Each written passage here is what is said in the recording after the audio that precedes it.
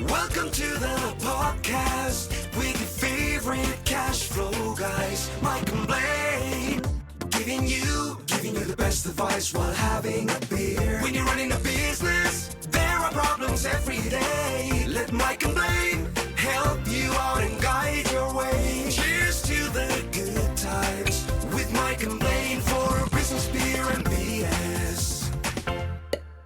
Hey, it's 176, and it starts off like usual with a hitch. as usual. Yeah, like, well, I was like, for you guys out there, we're getting started a little bit late because I came in from a meeting that just went long, and it's sometimes hard to shift gears, and I forgot to push a button. And so I was hearing the music, but no one else was. So it was another brilliant start to the show. Yeah, well, anyway, if you're just tuning in, I'm Mike Mylan. That is Blaine Birch. This is episode 176 of Mike and Blaine, Business, Beer, and BS. And we have plenty of that to go around. We got business, we got beer, we got BS, we got all of that going. And I tell you what, nothing starts this off better, especially with a hitch, than knowing what you're drinking, what you got going. Okay, so I went into my fridge and I was looking for something that really matched our theme today, and found nothing that matched our theme. So I just went and picked this one because it was not like a 10%er. And it's this IPA from Phase 3 out of Illinois called Geo. Super cool. And it's got a really cool can. And I got to say, the first few sips of this is a really nice beer.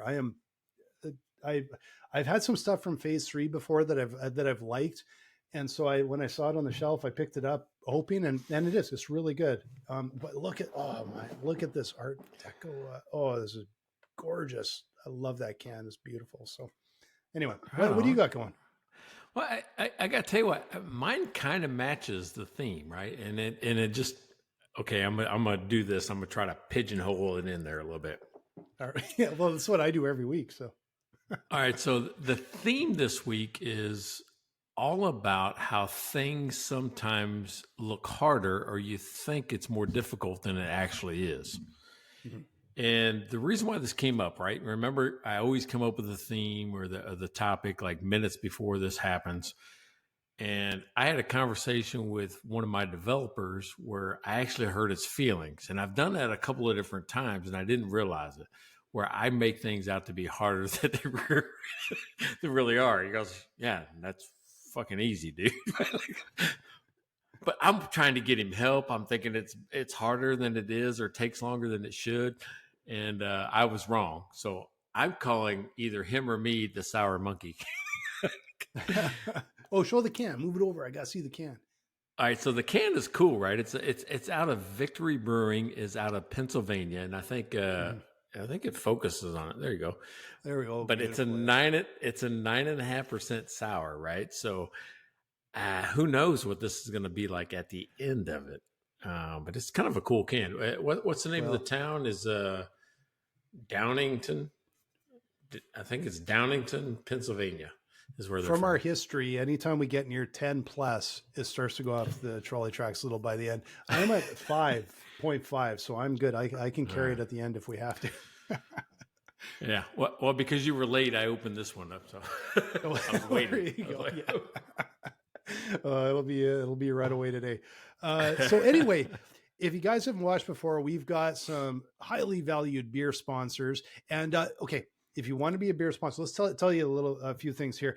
I know it's annoying, but please follow, like, subscribe, but also go to Mike and Blaine. And if you buy us a beer for $5, and usually people buy multiple weeks, of course, you can be a sponsor. And when you're a sponsor of the show or a beer sponsor, you'll never find anything for more value for $5, because we are going to now tell you about our beer sponsors. And I'm going to start with Rachel Barnett from Gentle Frog. She is a beer sponsor all the way through to the end of 2025. She will show you, if you own a business and you need to know how to use QuickBooks, go and check her out at gentlefrog.com, but also check out on YouTube at Gentle Frog. She's got a jillion videos on there, and you can learn so much just from those. Thanks so much, Rachel. Hey, and another annual sponsor. I'm gonna call them annuals now, or something like that. Maybe we should come up with a name for those folks that just subscribe all year, right? So, yeah, Diamond. Karen Hairston. Yeah, diamond and whatever. But these are folks that say, "Hey, 52 weeks, $5, I'm just doing it." Nice. But Yep. Karen Hairston of 3S Smart Consulting, if you want any type of cash flow consulting, and I tell you what, I will vouch for her. She is a certified cash flow professional underneath my program, the Clear Path to Cash Professional program.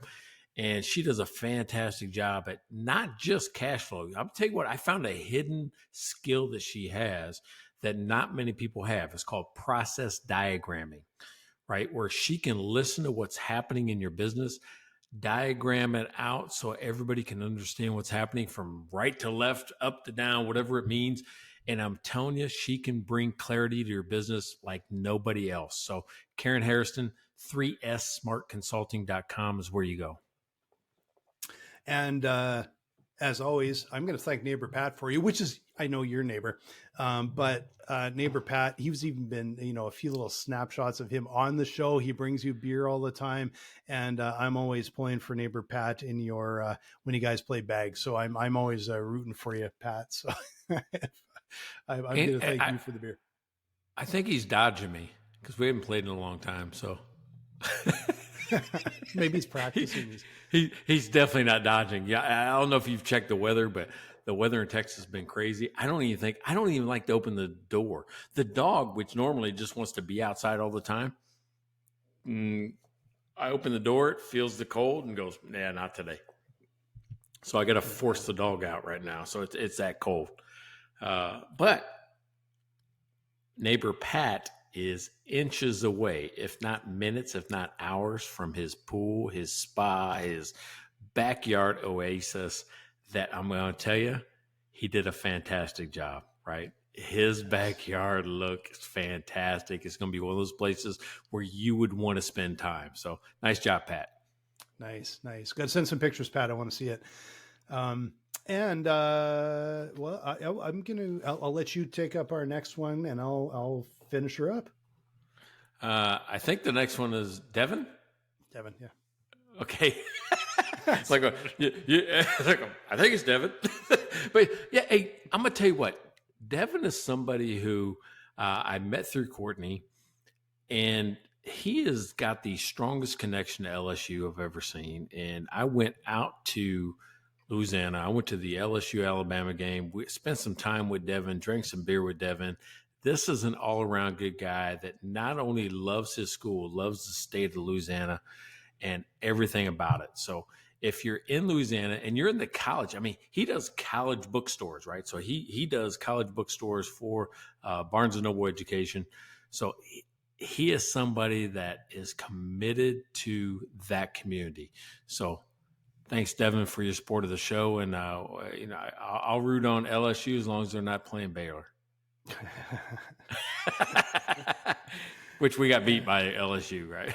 Oh, okay. Was unaware of that. Yeah, we got beat.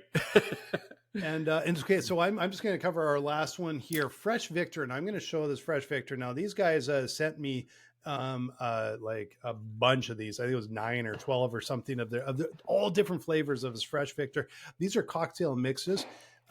They're fresh. They're like there's no weird stuff in here. This is like absolute all fresh ingredients. They taste delicious.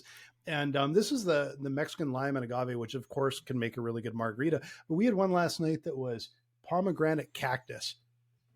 Ridiculous. It was so good. So yeah, go check those guys out. They're a great thing to have in your fridge. You got friends over, you just mix them in like seconds and you can have some of the best drinks you've ever had at your party instead of someone else's. So yeah, thanks again, guys.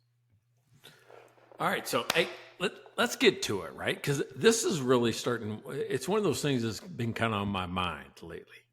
Is difficulty just an illusion? Is it just something that only exists in you? I know that's deep. You're like going, dude, that's freaking deep for this show, but I'm starting to think maybe it is, because here's the story of how this came out. When you think of AI, it seems hard. It seems like maybe not to use, but if you're like going, I'm going to build an app, and I wanted to do AI this, that, or the other, I was under the impression that, oh my God, that's like massive undertaking. That's a complete shift in thinking. We have to redesign everything. I thought the world was going to collapse. I put like a time frame of 6 months to a year to put it in my app. You know, the estimates I got back? 5 to 15 days. I'm like, what did I miss there? What did I miss?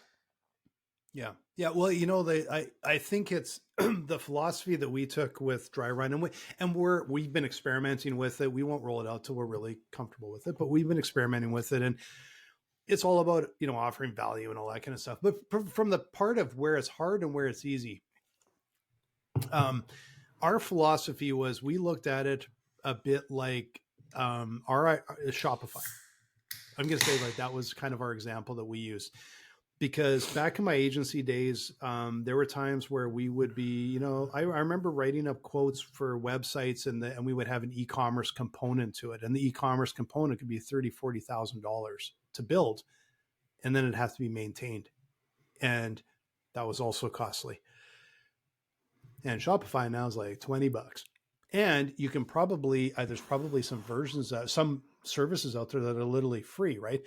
And what we looked at is, if you are doing AI for a very specific reason, there's times you have to do this. Like, I totally get that. But if you're building it yourself, you're taking the bullet. And our idea was, because even a number of years ago, we were seeing that it was already becoming a bit of a commodity with like Microsoft, and that it'll get to the point where all we're doing is plugging into someone else's engine. They've already done all the heavy lifting. And so now you can plug into things, and there's things you can do in a half an hour and plug in. Like, it is ridiculous, because it's the AI, the hard part's there. You're just kind of plugging into it. So some things are much easier to harness than you would think, but is it accurate? And that's the other side of it. Or it's really good at bullshit though too, right? So, well, yeah, I mean, trust is one thing, but the implementation is something that I thought would be harder. Now, here's where I should have been. No, it can't be that hard. I had students at the university that were building apps, and they would have an up and running in a month and a half. And I'm going, yeah, it's not a great app, because college students yet don't understand UX, UI. It's like, that doesn't flow, right?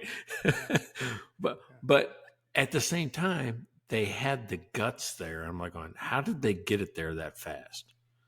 Now, in my mind, AI didn't exist when I started building software. So it was like, we have to build this.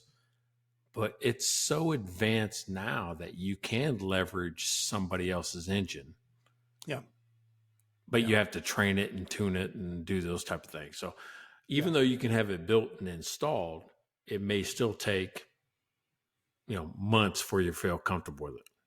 Yeah, easily. Yeah. And, and that's just from like an AI perspective. I think from a overall perspective of difficulty, man, there are some things that are incredibly difficult and some things that are actually way easier than you'd think. You have to just dig in before you jump on any of those and try and find out. And this happens to us on, I'm sure, a monthly basis, where I go to my co-founder, our CTO, and we're talking about our roadmap, and we've got all this documentation. We're figuring all this. So what's next? Okay, what's priority? What are we gonna do? What blah blah blah. And there are times where there are things, because I know just enough to be dangerous, right? Like, I kind of understand how stuff works. I can't write the code, but I kind of understand a little bit of it. And there are times where I think something's going to be a simple ad, and you can see, like, he's like, it's almost, steam coming off the top of his head. He's like, no, that's not, it's, and then I ask him why, and then he starts explaining, and I'm like, holy crap, that is an incredible lift. And it is way more complex than I thought. And then there's other times where I'm like, I think this is going to be hard. And then a half an hour later, it's like, hey, look what I just added. I'm like, what the hell? So, it's not that everything is easier. Some stuff is way harder than you think. You got to do your due diligence right off the bat before you make a decision and try and really find out. Right. Yeah. And exactly from customers, it's their perspective as well, right? People come to me all the time and go, oh, well, you should be able to do this. If you have this data, you can just do this. And they think in their minds, Excel, they don't understand how Excel works behind the scenes, right? Yep.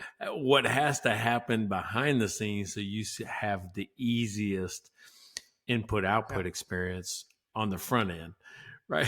And they think what they do in Excel is programming. It's like, no, you're telling it's got a whole thing in the background doing this stuff. Right? Yeah. Like, it doesn't happen by accident. Like, yeah.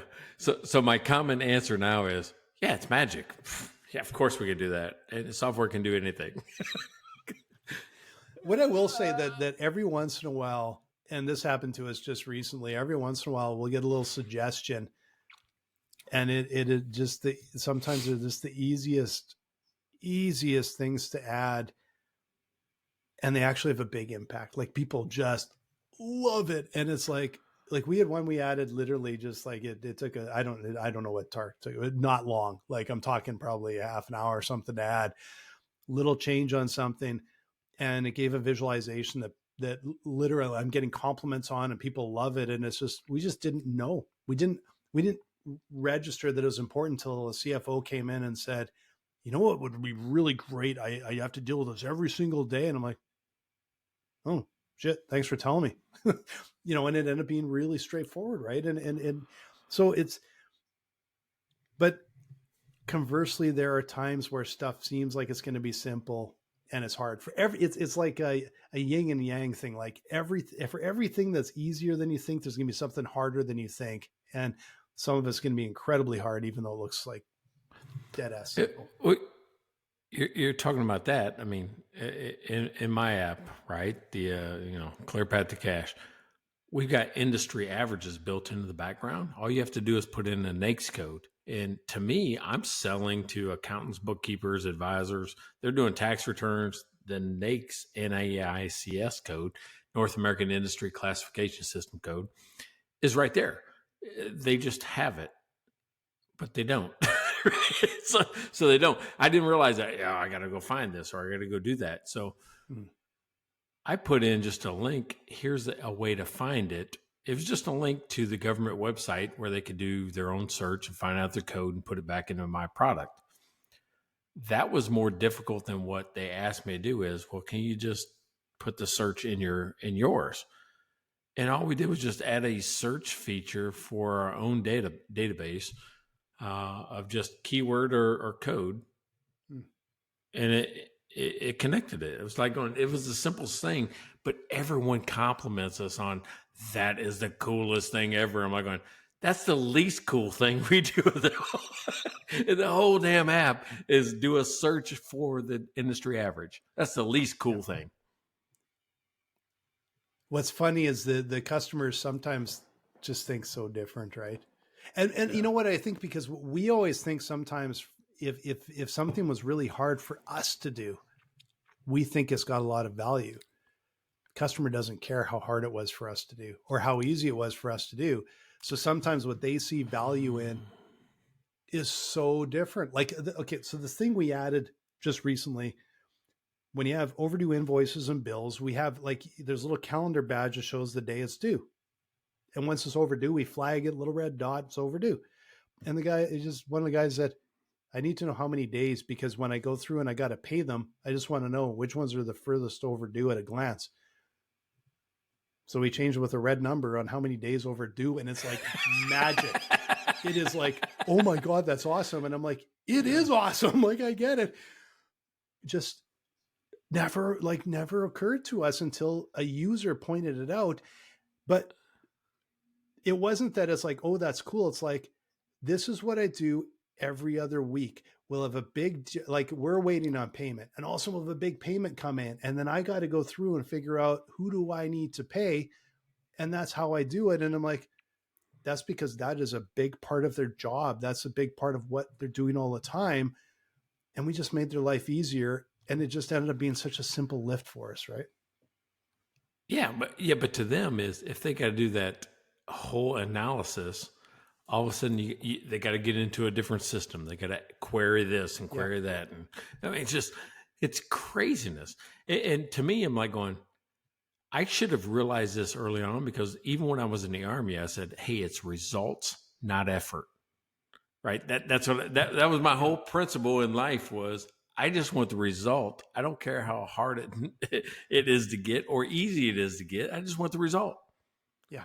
And the result is what makes me happy. Why are we not doing that with customers every time? Yep. Yep. It's and when you see people do things and they do it easy, like when it's so easy for them, it feels like it should be easy to do. Like we've all seen it. Like you watch it, like any sport, especially if you haven't done something, like if you're watching a sport you've never done before, it's going to look super easy. If it's something you've actually done, you appreciate it a little more because you've actually experienced, it's not as easy as it looks. Right. But it's kind of a trick there. Well, so Jeff wants to know, what are you drinking today? Jeff, you're late to the show, but we're going to show you anyway. So I got a Phase 3 Geo, by the way. So I'm just going to IPA here. So Jeff wants to know. Welcome, Jeff. But when you talk about seeing somebody do something, have you ever seen somebody juggle? Like just juggle. Like that, well, you can do it. I can't. But if I see you do it, I'm like going, shit, if Blaine can do it, it's one ball up. Yeah. I catch that ball and I throw another ball. I haven't done this I probably haven't tried juggling in 20 years. So I don't even know if I can, but I've got a couple of plugs. And I don't know what this is. It was a freebie at some event. Okay, looks like a ping pong ball. Shoot, I don't know if I can do this. But dude, if you do that, we're putting this on Facebook. Well, shit, I can do that. Okay. I can drop everything. I can drop everything on the ground. Okay, apparently I can't juggle. Maybe balls would be easier. I used to be able to juggle, but apparently that's a skill that left me. It's when I said 20 years, actually, it's probably been 40 years since I juggled. Actually, dude, that was worse than any rap I've ever done. That was pretty bad. I expected to be better with my juggling. I used to be able to do that, but no, that didn't go well. So, but hey, you know what? There's still a lesson to be learned there. So I was gonna take the chance and see if I could, I got to keep sticking to my knitting here and not try and pull that garbage. Oh, nice. Now, something else that looks super easy and it's not. And I only know this because I grew up in the North, like you. I mean, you would know this as well. But when I'm down in Texas, I laugh every time, right? I've been down here for a long time, and every time I see it, I just laugh. People that can't walk on ice, right? The fall. I don't know if it's the fall, if it's a slip, if it's a slide. I don't know what it is. We're just walking, right? Because I grew up in Illinois. You grew up in Canada. Yeah. You walk on ice. You walk on snow. You just kind of figure it out somehow. And it's I don't even know if it's a skill. It's an acquired just adaptation. There you go. It's a learned skill. But if you walk on ice long enough, you're taking a tumble at some point, and hopefully not breaking something. Because as good as you get, you're never good enough to walk on ice or drive. Oh my! Like there's driving on ice. Yeah, you get better at it, but it can be a challenge, And I'm telling you, in Texas, when you see it, you know exactly who's never done it. You know exactly. You're like, oh, them. Okay. And it's funny to me. I don't know why it's funny. I shouldn't laugh at that, but I do. Yeah, it's a good way to break a arm, ankle, leg. But anyway, I've definitely experienced too much of that. So, well, I mean that kind of happens. So, let me ask you this: What is it that you have thought recently would be hard and it wasn't? Recently. Okay, this is way off. Do you know the cult song "She Sells Sanctuary"? No, hell no. Why would I know that? Unless I heard it, I guess. They're like, No, oh, but yeah, I know that. You've probably heard it. If you heard it, you would know it, right? Yeah. I just got this opening lick that they do, and it's super cool. And I just, I don't know. I heard it one day, and I'm like, that's a cool like lick. It's a ding, you know. And so I thought, I want to learn how to play that, and I expected it to be so incredibly hard, and it actually wasn't that hard. It was a little tricky, but it wasn't that hard. And I got progress on it. Like within minutes, I'm like, well, I can kind of half-ass play this. And I just thought it'd be way harder. When I heard it, it sounds hard, but actually wasn't that hard to play. So I thought that was kind of something that sticks out in my mind. Yeah. You know what's hard for you apparently is transitioning from Canadian English to American English, because you're still making progress on things. Maybe I'll make it through this winter and stick with my Canadiana and actually go home with. That would be interesting. Because I go home. That would be interesting. I literally get back to Canada and I've had people say I've got a drawl. Like, no, I don't. Like, but I get shit on both sides of the border here. I don't know. Maybe this will hang on for the whole winter. Usually it starts to transition, but it hasn't this year. All right, so I built a 12-foot long, 9.5, 10-foot tall. We'll call it 10-foot tall because I had molding on it. Bookcase that was 2 different levels on the sides and then a bench in the middle. And it took me 3 months, but surprisingly was easier than I first thought. I'm like, oh shit, this is something that's going to take me years to figure out. What took the most time was staining, was sanding, was finishing, not building. Yeah. Isn't that crazy? Where if I looked at the plan, I looked at what we were trying to do. I'm like, oh shit, this is going to take me like half a year. It didn't. I was done and installed in 3 months. Now that still seems like a long time, but I did have a job too. It's in the garage. It was like, I'll go work on that tonight. Yeah. One of the things I got was a garage heater because of this, because I couldn't get out, play golf. I couldn't get out and do yard work, nothing. So I was stuck in the garage. Get a garage heater, man, you could really crank out some work in the garage. Yep. I had a garage heater the year and when it was COVID, and we had to stay in Canada for that one winter.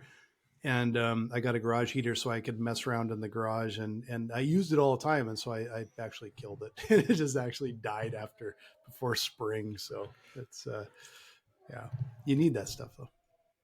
All right. So I'm going to tell you what, I have had some of the best sleep this week. I don't know what it is. I thought it was the rain. I thought it was this, we had one day of snow. We've had some cold, but it's starting to get warmer. I'm like, why am I sleeping so well? Guess what? This thing, Magic Mind, take it. It has a calming effect. Go to sleep faster, sleep sounder. I mean, I'm not even waking up. It used to be sometimes if there was a big storm outside or a big wind or something happened, I was like, oh, bust awake. Not right now, dude. I'm getting some of the best sleep of my life just because of this one product, Magic Mind. You know what I'm talking about? Oh yeah, and they do more than sleep, because there's the other one that can kind of bring you focus and help wake you up. And you know what? Magic Mind is a terrific sponsor of ours. And right now, if you go to the 24 pack of Focus and Sleep, this will give you like the sleep ones and the focus ones. They're bundled up for the first time, and you can get it for 45% off. Just use the link below in our show notes and make 2025 the year you build your mental resilience, improve your sleep, and wake up with clarity, all with Magic Mind. So thanks again, Magic Mind. We always appreciate your support. It really is. I mean, the samples you sent me, plus we're buying it now because I've got a I've got an 18-year-old still in my Taking it. so, but I really appreciate you. It's really changed the way that we look at every day. Right? There's focus during the day. There's good sleep at night. So great product. Thank you. Mm-hmm. Yeah, thanks, Magic Mind. Appreciate it. All right, so tell me now, what should be or shouldn't be harder than it looks? Like if you're looking forward, like 2025, let's go there with it. 2025, what's harder or what's not as hard as you think it's going to be? Oh, well, see, that's the thing is, it's hard to predict what's easier than you think because that's all hindsight. It's all hindsight 2020, like what actually was easier than I thought. But what am I guess, what challenges do you have this year that you're worried about that you think are going to be really difficult? You know, I still have a lead generation problem, which seems like it's one of those things that should be easy to solve, right? Because I don't have a problem with somebody has exposure to my product. So when I think about it that way, I'm like, once you're in, you're like, oh, I'm in. I don't have big churn. I don't have people leaving. I don't have people quitting. What I got is, who's this guy? Or I've never heard of him, right? Or they haven't never heard of me, right? So lead generation to me is a big problem. And what's weird is that when you look across the internet trying to find somebody, I'm gonna call them charlatans. Oh, yeah. There's just so many people out there that says we can fill your inbox, we can book your calendar. No, they can't, right? They just can't, right? You have to do it yourself. You got to figure out your own message. And it seems like it would be easy. All I got to do is advertise, and people will come. That's not the way it works. No, it's that is one of those things that looks easy. And people act like it's easy, and it is incredibly difficult and even harder to do well. And when you look at it, it's because every single business on the planet needs to get customers. And you're all fighting for leads, but you're fighting for attention. And you're not just fighting with other businesses. You're not fighting with competitors. You're fighting for attention. And that attention is taken from everything under the sun. Like, why would someone skip like a phone call or an email or whatever? Well, because they're at their kid's soccer game. They're sitting at the bar with a friend. They're watching a TV show. They're like, you're competing for minutes. You're competing for attention with everything they're doing. So it's so easy for people to say it's just competing with the competitor across the street. No, it's much, much harder than that. And it's a challenge. It's a challenge at every business. Yeah. I start thinking about, things that I do. If you think your first goal is to stop the scroll, right? Just stop the scroll. That's even hard to do because even if you stop the scroll, you got like 15 seconds. If that might be even generous. And then past the 15 seconds, whatever happens next, you might have another minute and a half. Care if it's clicking on your link, learn more, whatever it is, you got another minute and a half. So really you got less than 2 minutes to get somebody to pay attention to you or save you for later. Like it's interesting. I want to look more deeply into that. Yep. And that the more deeply I want to look into things, is about 1% of the things I look at or less. Right? Yeah. Think about it. Yeah, no, people's attention spans are I don't want to say it's like people have a short attention span. No, they're inundated. It's a fire hose of crap coming at them all the time. So they filter more than ever. And these, like you said, a lot of these sort of experts online, like the one philosophy I have for lead generation is I'll just say when everyone's zigging, I zag. Like I look at what everyone else is doing and going, you can't stand out that way. And I'll look like a fool if I fall into line with everybody else. And I like on our Slack channel earlier this week, my co-founder, I don't, he just popped it up, but I see exactly where it came from. He did a search in his inbox for the words quick question. And I think because he must have had a few in a row, because that's what, these experts online and coaches and also, you just use this quick question. And what he did is he did a quick search, and then he put a screenshot up of his inbox with all of the quick question highlighted, and it just like, it was indefinite. It just went on to the bottom of the screen. And you just see how many people use the exact same trick. That's all it is. It's a stupid spammy trick. It doesn't work. It doesn't work because there's nothing real about it. Right. And that's what you're fighting against. Well, and what happens to me is I'm apparently a sucker for clickbait. I'm like, yeah, that is my problem. I'll click on something, and then for the next 2 weeks, that's all I'm shown is more bullshit like that. Okay. I didn't like the first one. Huh? This is where you and I are different, because I will see in like my news feed or YouTube or whatever. And if I see something that I just go like effing clickbait, and I literally spam them or disconnect or do whatever I can to get them out. I see that stuff and I just get so pissed off by it. So I don't get pissed off too, but I'll still learn more.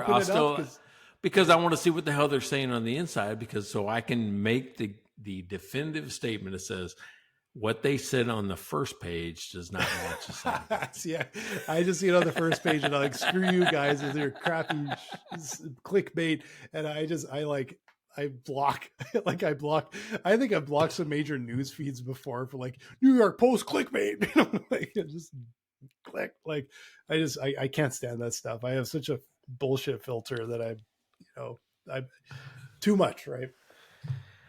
Well, yeah, I mean, so what have you ever done that you thought would be hard or easier that was super hard? A kickflip. I'm just going to say it. It looks easy on YouTube. I'll tell you.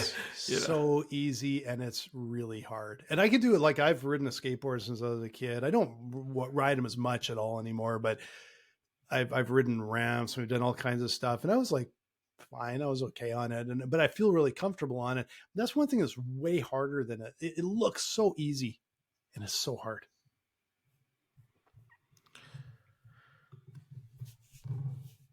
Yeah, I couldn't do any of that. I mean, and I played baseball, played athletics. I rode skateboards in the 80s, right? When this was all happening, and I still have none of those skills. I didn't have them then, let alone trying it now.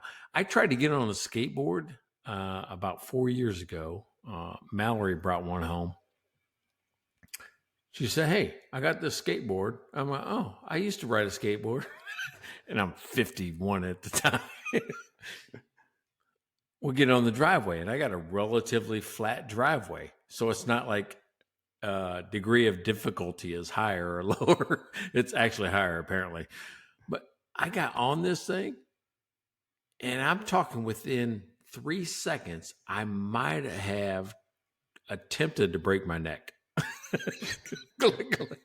I mean, if you would have took a video of it, I think she wishes she had one. She would have been viral, whatever amount of time. Me flipping off this damn skateboard into the concrete. It was bad. It was really bad. My worst wipeout in the last probably 3 years was on a skateboard, but I got to qualify it. I actually can still ride a skateboard and be really comfortable on it, but this was an electric skateboard. And I may have told this story before, but it's probably been a while, because this was also a very bad example of awful UI design.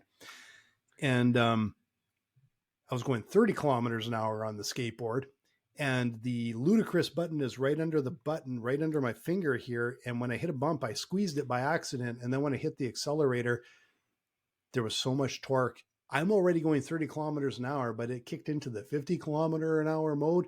And when it hit the accelerator, that thing shot out like a missile And I watched it while I'm flying through the air at 30 kilometers an hour as my skateboard went flying down the road, and I hit pretty hard. That was not great. So I've covered up that button because now I should be fine.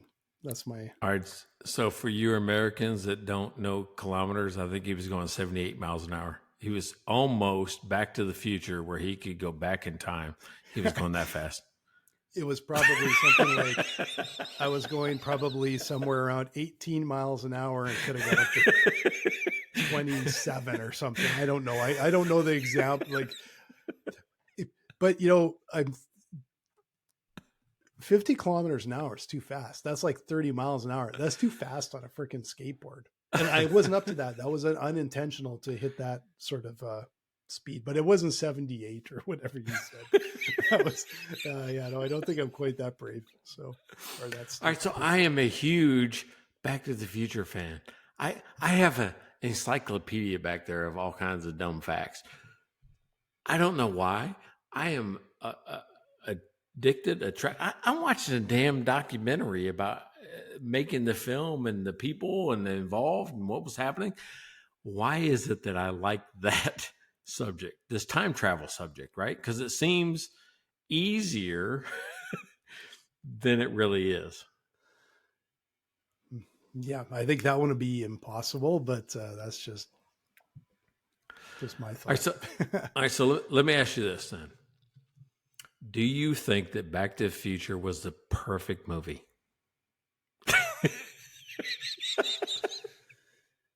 Okay, well, I will say the original, that was an outstanding show. The sequels, not so much. I will say the sequels, not so much, but the original was an outstanding show. But during that time period, how did that compare to Raiders of the Lost Ark and Star Wars? I'm just throwing that out there. All right. So I think what happened was the protagonist, here's where I think it broke the rules. Luke Skywalker had an arc. You know where he was trying to get. Indiana Jones, you know where he was trying to get. You don't know where Marty McFly was trying to get. There was no arc for his character. Right there, what the hell was he trying to do? Right, he just stumbled into a guy that did some stuff, and he's the main character that is just living and not even trying to manipulate or achieve anything. He's just fucking there. And did he change as a character, like in his story arc? Did he? He didn't. Change? He really didn't. Change. Yeah, he didn't change. That's really weird, right? Because most heroes, most protagonists change. He didn't. He was still arrogant. He was still himself all the way. He still made shitty decisions all the way through. I think we're like, you shouldn't have done that. And he would do it. Yeah, he didn't really evolve as a character. And, frankly, did Indiana Jones evolve as a character? I remember seeing it was on Big Bang Theory when one of the shows, one of the characters pointed out that Indiana Jones was actually irrelevant to the show, that everything that happened in the show would have still happened whether he was there or not. I'm like, I have to really think about that, but I actually think it's true. And he didn't go through any sort of evolution as a character, right? Really either. But it was entertaining, I suppose. But he didn't sort of evolve as a character either, right? So. No, I guess you're right. Still the same guy. I don't think we've usually haven't dove into the movies. That's a new BS topic for us. I don't know how I got there, but I mean that's where we went. So, it was your kick flips. Or yeah, my lack of kick flips, and I'm lucky to break an ankle trying to do that. So yeah, so that's probably how I got there, because you said that. I went to skateboard, then I went to hoverboard. I should just stick to Fidel hoppers and we'd be good. Well, there you go. All right, so speaking of, let's kind of wrap this up, though. Speaking of, what do you think is hard Or what did you think that was hard in the last month that's not? And mine was the AI stuff. It's relatively easy to include AI into your product. It's not hard to validate it. You just have to feel comfortable with it. It's easy to integrate it. I'm going to flip that on its head a little bit. It's hard to do it right. I think it's really hard to do it right and do it effectively. That's where the hard part comes in. Is it in the right place? Does it solve the right problem? Can you validate it? Does your customer understand can they trust it even if you validated it? And you can see the volatility in AI right now, like this big deep seek or whatever whole thing that popped out of nowhere. Freaked everybody out. And then it's come down to, well, it's like, it is what it is. It's the Shopify's of the world. Like it's not Shopify, but it's like somebody is built on everything else. And of course they're doing it faster. They're doing it easier, but boy, is there a lot of gaps and issues in that. Right. And it's like, what it reminds me of is, does that have any lasting impact? Because they did it comparatively easy, but did they do it right? Did they do it effectively? And when you start hearing about, but all your data is kind of in an open database and there's security issues and all these other things. Oh, geez. Okay. They did something fast, but doing it right is hard. Yeah. It depends on what you define as right. Right. So and what I mean by that is, you don't define it. I think your customer does, right? No, definitely. But we're talking about DeepSeek was the number one app. I don't know if that's downloaded or used, or I don't know. Downloaded. All right. So, I mean, I think, yeah. That could be anybody in any given day. Mm-hmm. Think about it, or minute. So, but they downloaded it to try it, and then it immediately had fallacies. It immediately had problems. It immediately, like they ask it about anything China and it shuts the whole thing down. You're like, okay, well, I can't trust you in any of that stuff. So what else can I trust you in? So same thing with AI, which is, if I can't trust you, what do I show or what do I trust? And that's where my whole thing is. It's not hard to do. It's hard to trust. Yeah. Or like I said, it's hard to do well, because doing well is, it has to be accurate and gain trust, because you might gain trust and it's like you gain trust on bullshit, right? You need it to be accurate. You need it to be verifiable, and you need the trust from the other side. So that's what I'm saying, is that sometimes things are technically easy to do, but they're hard to do well. All right. So do you think that's where, we'll call it Chat GPT has a thumbs up, thumbs down? I like this. I don't like that. Yeah. I think it's how do you validate that? I guess is what I'm saying. I think it kind of seems to float through the middle like this. Like it's for everyone. It feels like for everything that they do, and you can kind of go, wow, they do that really well, and it was really helpful. And then on the flip side, it's like, well, that was ass, right? And but the thing is, like the thing with ChatGPT, like OpenAI, it has cost an incredible fortune because they're the first ones to do it. They're just slightly ahead of everybody else, and then these other companies are going to follow on the coattails. That's not a bad thing.